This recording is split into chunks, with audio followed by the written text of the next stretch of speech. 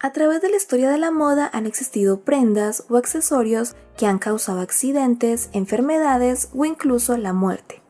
Pero seguramente de lo que menos se sospecharía sería del color brillante que hace resaltar un hermoso vestido, las hermosas flores que lo adornan o del papel tapiz de una habitación. Pues el color verde fue una de las causas de muerte durante el siglo XIX.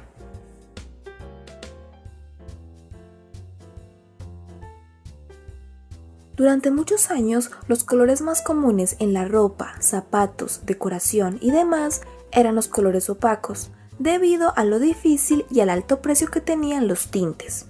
Todos los tintes, a excepción de algunos colores minerales, eran de origen vegetal o animal.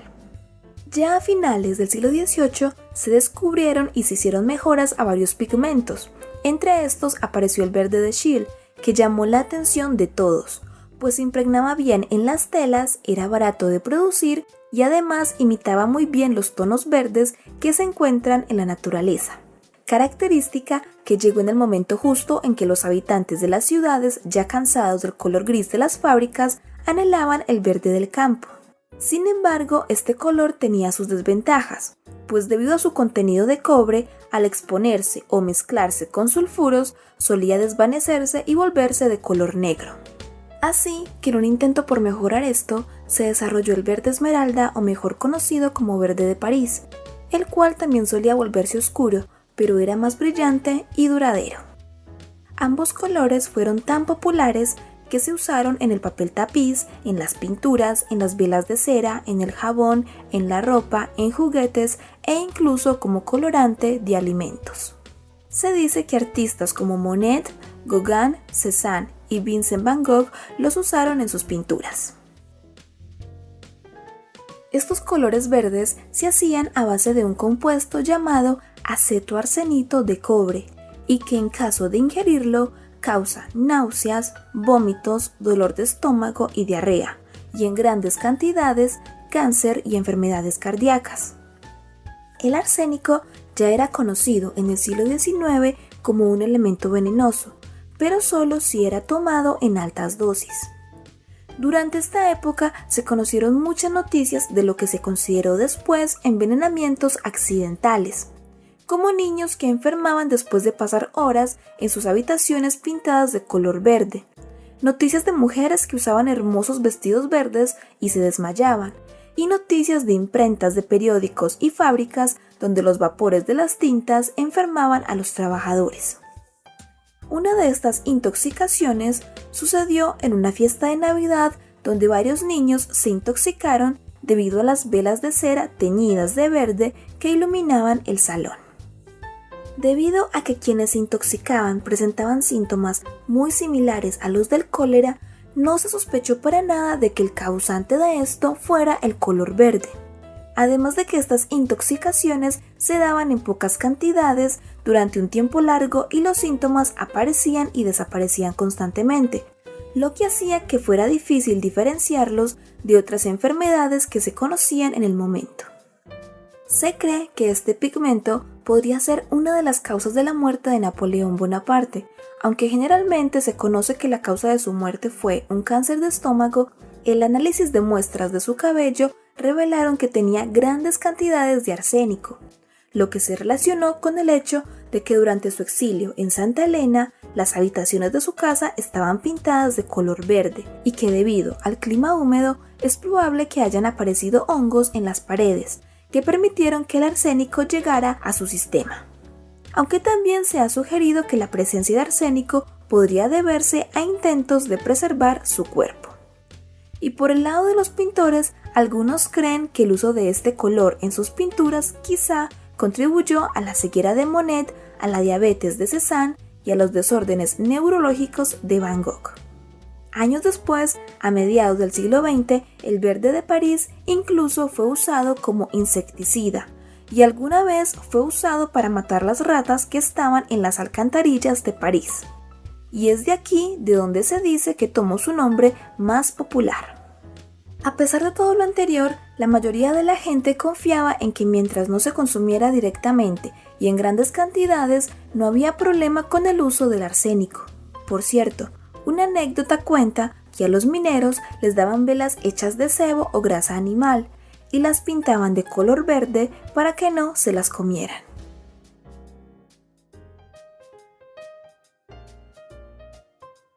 Este tono de verde llegó a la moda del momento, dando color a vestidos, chalecos, zapatos, guantes e incluso a ilustraciones de moda. Los vestidos en color verde eran la elección perfecta para asistir a los bailes, en donde todos buscaban ser el centro de atención, y además contaban con la ventaja de que su color brillante no cambiaba con la iluminación de gas. Estos vestidos solían llevar un forro o entretela, además de las otras prendas que se usaban debajo de este, lo que disminuía el daño causado por el arsénico que tenía la tela. Pero en caso de que la ropa estuviera en contacto directo con la piel, era muy probable que apareciera sarpullido, irritación y llagas.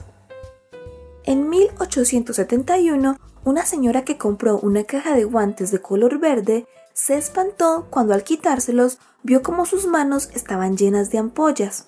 Lo que sucedió fue que a menos que el tinte esté sellado, el sudor de las manos hace que el tinte se derrame más fácil sobre la piel de quien los usa.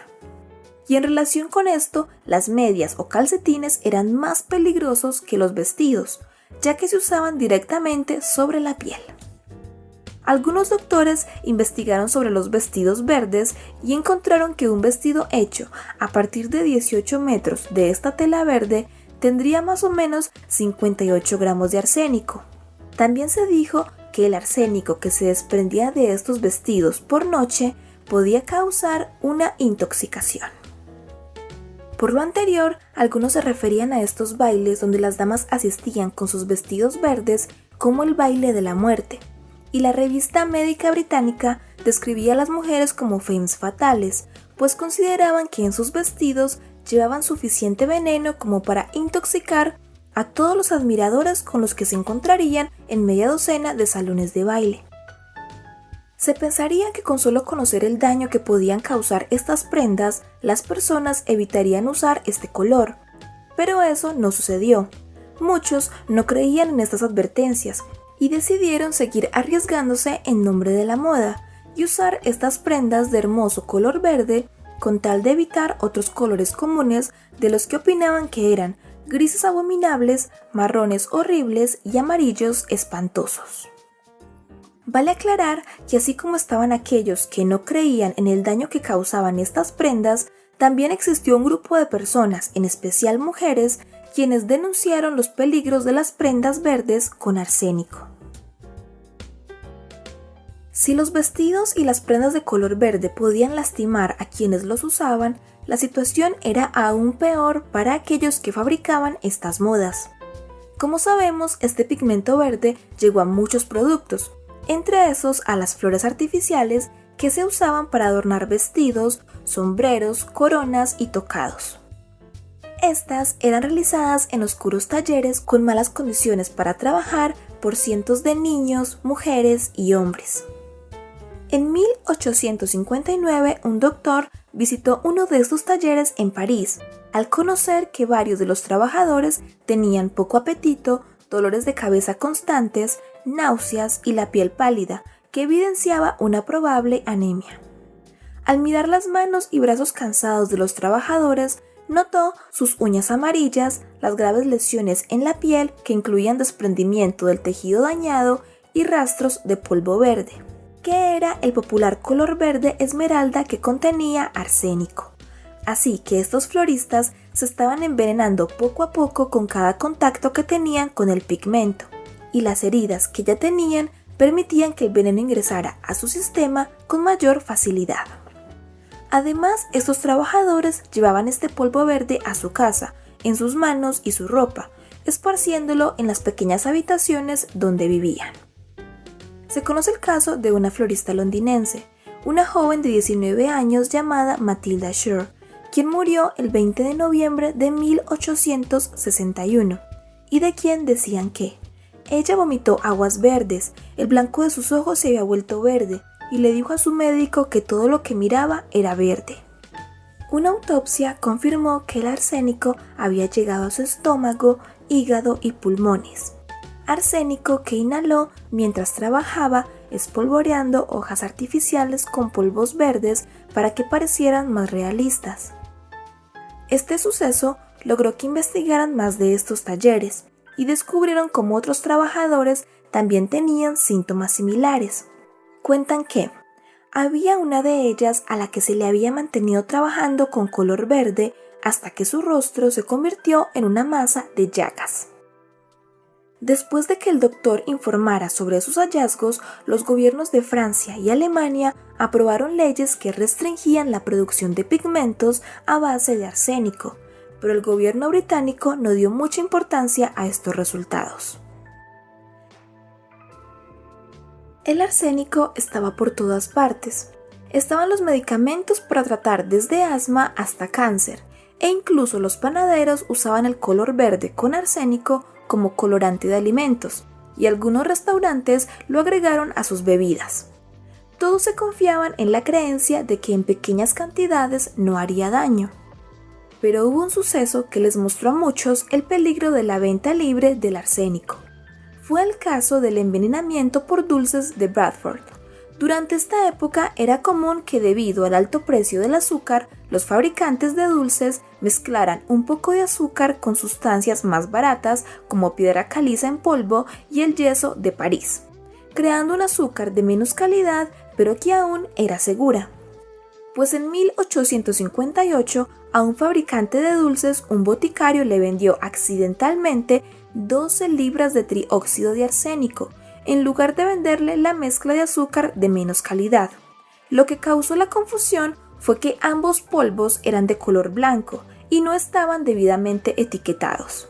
Durante la fabricación de los dulces no notaron el error, a pesar de que el producto final lucía un poco diferente a lo usual, y de que incluso quien hizo los dulces estuvo enfermo, con vómitos y con dolor en las manos y los brazos. El comerciante que compró los dulces también notó que estos se veían diferente, por lo que pidió un descuento por la compra de 40 libras de estos dulces para su tienda. Por cierto, él también comió de los dulces y se enfermó. Esa noche se vendieron 5 libras de dulces y durante los 2 días siguientes murieron 20 personas y más o menos otras 200 se enfermaron gravemente de intoxicación y afortunadamente fueron atendidas a tiempo. Después de investigar, lograron dar con los dulces como el origen de todo. Los involucrados fueron acusados de homicidio, pero finalmente ninguno fue condenado. También se conoció que cada dulce tenía 580 miligramos de arsénico, siendo 290 miligramos una dosis letal. Así que cada dulce tenía el arsénico suficiente para matar a 2 personas. Todo este caso dio pie a la creación de la Ley de Adulteración de Alimentos y Bebidas de 1860 y la Ley de Farmacia del Reino Unido de 1868, para limitar las cantidades de medicamentos y venenos que podían venderse, pero aún era completamente legal comprarlos y no estaba regulado para uso a gran escala en la industria. Por otro lado, el movimiento romántico de la época trajo consigo la moda de decorar las paredes de las habitaciones con escenas de flores, enredaderas y plantas. Decoración que además era una demostración perfecta de buen gusto y estatus. Hasta que se empezaron a conocer casos de bebés que enfermaron o murieron después de jugar en alfombras verdes o frotarse contra el papel tapiz, y personas que sufrían graves malestares que desaparecían una vez que por consejo médico pasaban días fuera de sus casas. En algunas de estas situaciones era irónico que las personas que se desmayaban o mostraban malestar al estar en habitaciones empapeladas de verde a menudo las llevaban a descansar en esas mismas habitaciones, así que sin saberlo seguían en contacto con el veneno. Además, se decía que en las habitaciones de color verde nunca se veían insectos. Después de que se conocieran los componentes de la pintura y que esto se relacionara con algunas de las extrañas enfermedades y muertes en los hogares, algunos fabricantes fueron presionados a cambiar los componentes de sus tintes, pero ellos opinaban que las enfermedades se debían a otras causas. Además, no estaba claro si el arsénico que se desprendía de las paredes era el suficiente para causar algún daño. Pero a finales del siglo XIX, las personas poco a poco se hacían más conscientes del daño de tener este papel pintado en sus casas. Por ejemplo, hay informes que cuentan que la reina Victoria derribó todo el papel tapiz verde del Palacio de Buckingham después de que un dignatario que estaba de visita se enfermara. Y también se cuenta que una familia inglesa descubrió que la muerte de sus 4 hijos no fue por la difteria, como habían pensado durante tanto tiempo, sino por el color verde que estaba en su hogar, presente en las alfombras, cortinas, muebles y papel tapiz.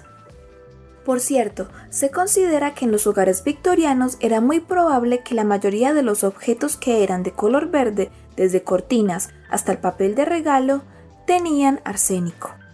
Actualmente se sabe que debido a la humedad y la aparición de hongos en las paredes, los vapores venenosos se desprendían del papel tapiz y se mezclaban con el aire de las habitaciones, y así era como se intoxicaban las personas. En 1874 se publicó en Estados Unidos el libro llamado Sombras de los muros de la muerte. Este contiene más o menos 100 muestras de papel tapiz, cada una de las cuales tiene entre sus hermosos y llamativos diseños peligrosos niveles de arsénico. Este libro fue creado por el cirujano y químico Robert Kedzie, con la intención de crear conciencia sobre los peligros del papel tapiz que contenía pigmentos con arsénico, pues a finales del siglo XIX se estimó que hasta el 65% de todo el papel tapiz en los Estados Unidos contenía arsénico. Ya para esta época se conocía lo peligroso que era el consumo de arsénico, e incluso era conocido como el polvo de herencia, pues se informaron casos donde fue usado para envenenar a personas mayores o ancianos para obtener una herencia rápida. De este libro se hicieron 100 copias que se enviaron a las bibliotecas públicas de Michigan, y en el mismo hay una nota de la Junta de Salud que explica el propósito del libro y que aconseja a los bibliotecarios no dejar que los niños lo manipulen. Y es justo aquí donde se ve la ironía de todo esto, y es que al intentar informar sobre el peligro del papel tapiz verde, también estaba envenenando a todos aquellos que hojeaban el libro y tocaban cada una de estas muestras. De las 100 copias, actualmente solo quedan 4. La mayoría de las bibliotecas, preocupadas por llegar a envenenar a los usuarios, destruyeron sus copias. 2 de estos libros están en Michigan. El que se encuentra en la Universidad Estatal de Michigan tiene cada una de sus páginas cubierta con plástico para que los investigadores y curiosos puedan verlo sin ningún riesgo. Las páginas están cubiertas desde 1998. Antes de eso usaban guantes especiales, había un tiempo límite para tener el libro fuera de su caja y tenían que tener mucho cuidado en no lamer sus dedos para pasar de página. Las otras 2 copias están en la Facultad de Medicina de la Universidad de Harvard y en la Biblioteca Nacional de Medicina, que ha digitalizado todo el libro y lo ha puesto en línea de forma gratuita. Y digitalizarlo no fue una tarea sencilla. Los trabajadores tenían que ponerse ropa protectora antes de manipular el libro. En su momento existieron varias opiniones. Los médicos sabían lo que estaba pasando y hablaban de cómo en Gran Bretaña aumentaban las muertes por intoxicación lenta. Los periódicos publicaban ilustraciones que mostraban esqueletos bailando mientras vestían ropa de color verde. Y se escandalizaban al relatar el hallazgo de altos niveles de arsénico en unos calcetines. Un periódico británico publicaba: ¿en qué artículo fabricado en estos días se puede confiar si los calcetines pueden ser peligrosos? Unos se convencían de que mientras no lamieran la tela o el papel tapiz estarían a salvo. Otros simplemente decían que los médicos exageraban y mentían. Por otro lado, la mayoría de las víctimas mortales estaban en la clase trabajadora, que eran quienes estaban expuestos a este veneno todo el tiempo y en grandes cantidades.